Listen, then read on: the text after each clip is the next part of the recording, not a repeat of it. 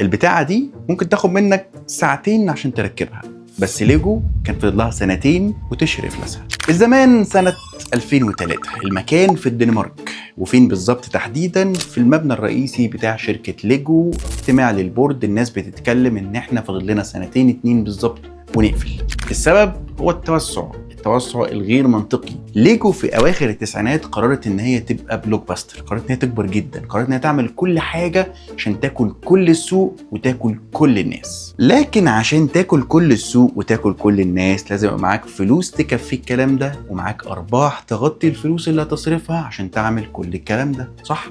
الحقيقه انه مش صح قوي، لان الناس اللي موجوده في ليجو نحسبهم على خير يعني في البيزنس، فكروا في كل حاجه بس نسيوا النقطه البسيطه دي، انه الارباح ممكن تتاخر بشكل كبير على ما نكبر البراند، احنا نفسنا ما نتحملش الكاش فلو. قررت ليجو ان هي تعمل اشكال كتير، الوان كتير، اشكال والوان وعلب مختلفه. قررت ليجو انها تعمل الليجو لاند، ملاهي، حاجه ننافس بيها شركه ديزني. ولما نيجي نفتح ليجو لاند احنا عايزين نفتح براند يبقى زي ديزني، فمش هنفتح ليجو لاند في مكان واحد، نفتح ليجو لاند في اكتر من مكان، في امريكا لا وبره امريكا. احنا ليجو معانا فلوس كتير جدا، هنعمل اكسبانشن في كل حته في اسرع وقت بكل الفلوس اللي معانا. في واحد قاعد في البورد قال يا جماعه طب ثانيه واحده، انا عندي فكره، طب ما تيجوا نفتح خط ملابس يبقى عندنا ملابس ليجو. التاني اللي جنبه قال له طب ثانيه واحده بس، احنا ممكن نعمل كمان العاب فيديو جيمز، يبقى فيها العاب فيديو جيمز ليجو. كل الناس في البورد قعدت تسقف وفرحوا وانبسطوا جدا مع بعض، ما حدش فيهم بص على البنك. واضح ان الميتنج ده ما كانش فيه محاسب. البورد قرروا ان هم يعملوا الخطوات التوسع السريعه دي، فبداوا يعملوا الليجو لاندز باجود حاجه باحسن حاجه بتكلفه عاليه جدا. لما جم كمان يبيعوا الفيديو جيمز قرروا ان احنا نعمل فيديو جيمز بشكل مختلف، فيديو جيمز تكون مكلفه جدا، واحنا كده كده عندنا اسم فمعرف نبيعها بشكل غالي شويه، لكن العميل اكيد هيشتري. وعشان تراهن على اللويالتي بتاعت العميل لازم تكون بتقدم حاجه مختلفه بشكل كبير للعميل. لكن الحقيقه ليجو ما عملوش كده، ليجو عرضوا الالعاب بتاعتهم بشكل غالي جدا فما نجحش. كل براند الفيديو جيمز ما نجحش بفتره سريعه جدا بسبب سعره مبالغ فيه، والالعاب اللي كانت نوعا ما تقليديه والناس كلها شبه الالعاب الكتيره كلنا بنلعبها. والحقيقه ان الكلوذنج لاين او البراند لاين بتاع اللبس كمان ما نجحش، لان هم قرروا ان هم يعملوه برضو حاجه شبه ديزني.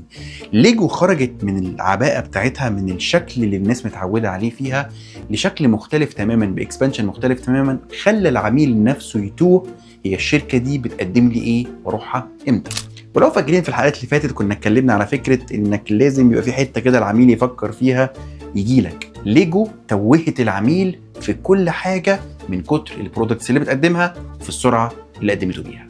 وبعد الاجتماع ده سنه 2004 كان الفشل موجود على ترابيزه ليجو، فقرروا ان هم يغيروا السي او بتاعهم ويعينوا اصغر سي او في تاريخ ليجو، يورجن فيجنودستروب، حاجه شبه كده يعني. يورجن فيجنودستروب حاجه شبه كده يعني، ده بدا ان هو يقول محتاجين نعمل حاجه مختلفه، محتاجين نعمل حاجه مختلفه جدا، محتاجين نبطل اختلاف، محتاجين نكون عاديين. وقال جملته الشهيره جدا عشان نكبر لازم نقلل.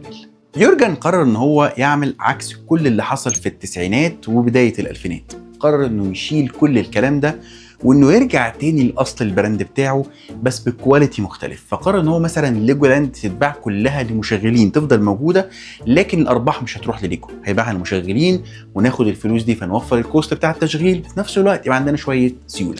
والحاجات اللي فاشله مش هننفست فيها تاني، يعني الفيديو جيمز قرر ان هو ما يعملش فيها انفستمنت بشكل كبير، الكلوذنج لاين او الملابس قرر ان هو ما يحطش فيها برضه فلوس.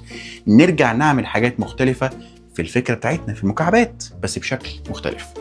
الفوكس بتاع يورجن كان ان هو يعمل بارتنرشيب او يعمل توأمه، فبدأ يتعاقد مع بعض الحاجات اللي الناس ترندنج، زي مثلا انه يروح يعمل ليجو لفكرة هاري بوتر، او يعمل مثلا توأمه مع ستار وورز، او يعمل توأمه مع اي حاجة موجودة ترندنج، بحيث يبقى الليجو ليه قصة بتاعت كمان فيلم.